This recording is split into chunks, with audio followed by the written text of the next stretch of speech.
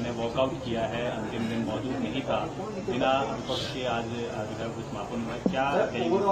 और आर्थिक देखिए, मैं मुबारकबाद देना चाहूंगा हमारे विधानसभा के अध्यक्ष श्री कुलदीप पठानिया जी को कि इतिहास में विधानसभा के पहली बार ऐसा हुआ है कि मानसून सेशन सबसे लंबा उन्होंने निर्धारित किया और विपक्ष की मांग पर एक दिन और बढ़ाया।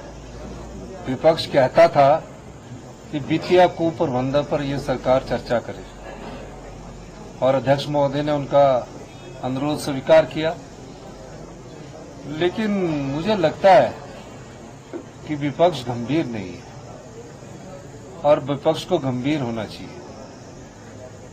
अब वित्तीय कुप्रबंधन पर चर्चा वो लाना चाहते थे, उनको चर्चा आई, बातचीत की, और जब पूर्व मुख्यमंत्री जयराम ठाकुर जी बोल रहे थे वित्तीय कुप्रबंधन पर, तो विपक्ष के विधायक जो थे वो 7-8 लोग ही बैठे हुए थे। अब 7-8 लोग उनके जो विधायक बैठे थे उनका पूरा समर्थन करने वाले भी नहीं बैठे हुए थे, और जिस प्रकार का वित्तीय कुप्रबंधन उनकी सरकार के समय हुआ है वो हमने बताया। हमने कहा कि जिस राज्य में 2017-18 से लेकर रेवेन्यू डेफिसिट ग्रांट 10,000 तक मिलती रही, 11,000 तक मिलती रही, 9,000 तक मिलती रही, उस राज्य में हमें रेवेन्यू डेफिसिट ग्रांट 3,000 रुपया अगले वर्ष मिलने वाली है।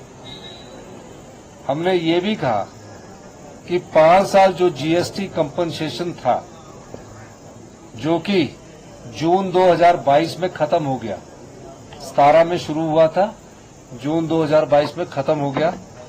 आपको तकरीबन हर साल कोई 1300 करोड़, 1500 करोड़ रुपया, 1800 करोड़ रुपया मिलता रहा। पूरा डाटा मैंने अंदर पढ़ा है, आपने लिखा होगा, उसको मैंने आपको बताया।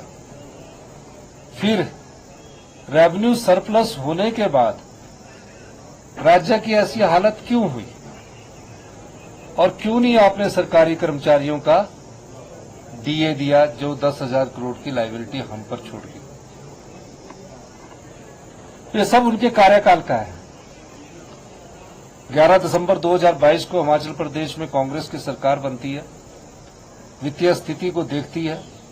वित्तीय स्थिति से 1 साल के फैसले जो इनकी सरकार के समय थे, बड़े बड़े होटलों को पानी फ्री कर दिया, बिजली फ्री कर दी, 900 संस्थान खोल दिए, 50% बस का किराया महिलाओं के लिए फ्री कर दिया।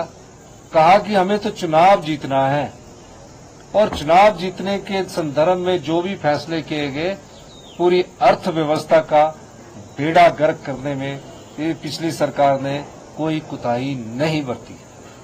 मैं दावे के साथ कह सकता हूं, हमारी सरकार आई, हम वित्तीय संकट से गुजर रहे थे, आर्थिक संकट था प्रदेश में। 1 साल के अंदर हमने आर्थिक संकट पर काबू पाया। ये हमारी सरकार की प्रमुख विशेषता 1 साल के अंदर है।